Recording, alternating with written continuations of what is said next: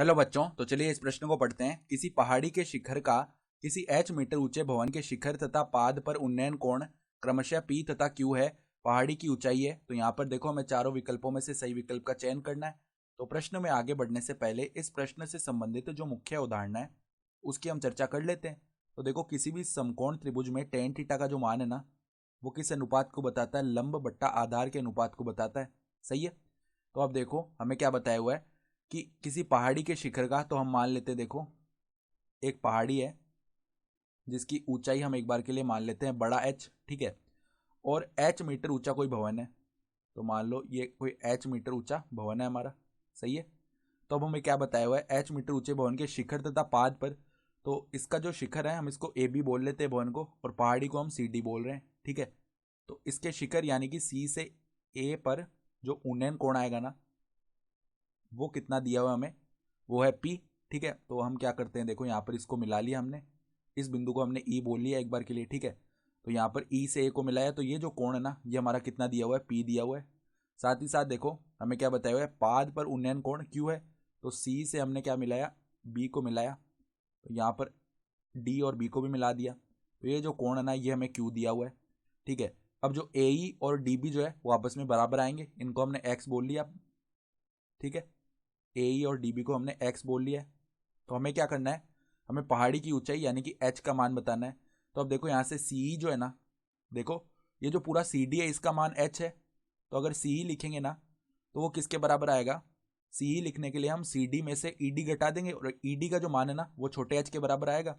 तो इसका मान देखो क्या आ जाएगा? CE का मान H, यानी बड़े H में से छोटा h घटा देंगे तो CE का मान आ गया। तो अब देखो, पहले तो हम क्या करते हैं, यहाँ पर ये जो है ना, ये 90 डिग्री का कोण बनेगा, और यहाँ पर ये भी 90 डिग्री का कोण है, ठीक है। तो पहले तो उठाते हैं त्रिभुज, त्रिभुज CEA में अगर इसकी बात करें, तो यहाँ पर tan P का मान अगर हम लिखेंगे ना, तो वो देखना किसके बराबर आएगा? लंब बट्टा आधार।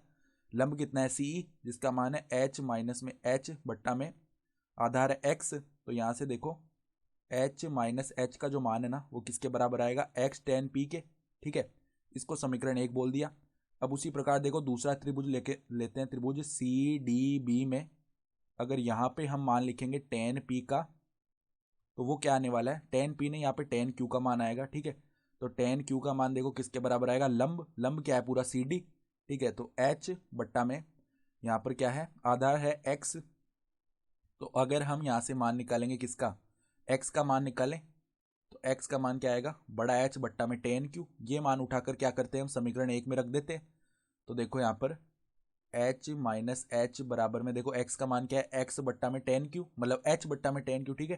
तो H बट्टा में tan Q आ गया मान, और यहाँ पर गुणा में क्या है? tan P है। तो हमें तो बड़े H का मान चाहिए। तो देखो यहाँ पे इस छोटे h को इस तरफ भेजेंगे, H हमने इस तरफ उभयनिष्ठ ले लिया, तो 1 माइनस में tan P बट्टा में tan Q ये आ गया, और बराबर में किसके आ जाएगा? छोटे h के। तो अब अंदर लेसे लेंगे तो H, और यहाँ पे क्या आ जाएगा? tan Q माइनस में tan P बट्टा में क्या आ जाएगा? देखो बट्टा में ध्यान से देखो कौन सा पद आएगा हमारा। अब बट्टा में tan Q आ गया। तो अब देखो ये किसके बराबर है? छोटे h के।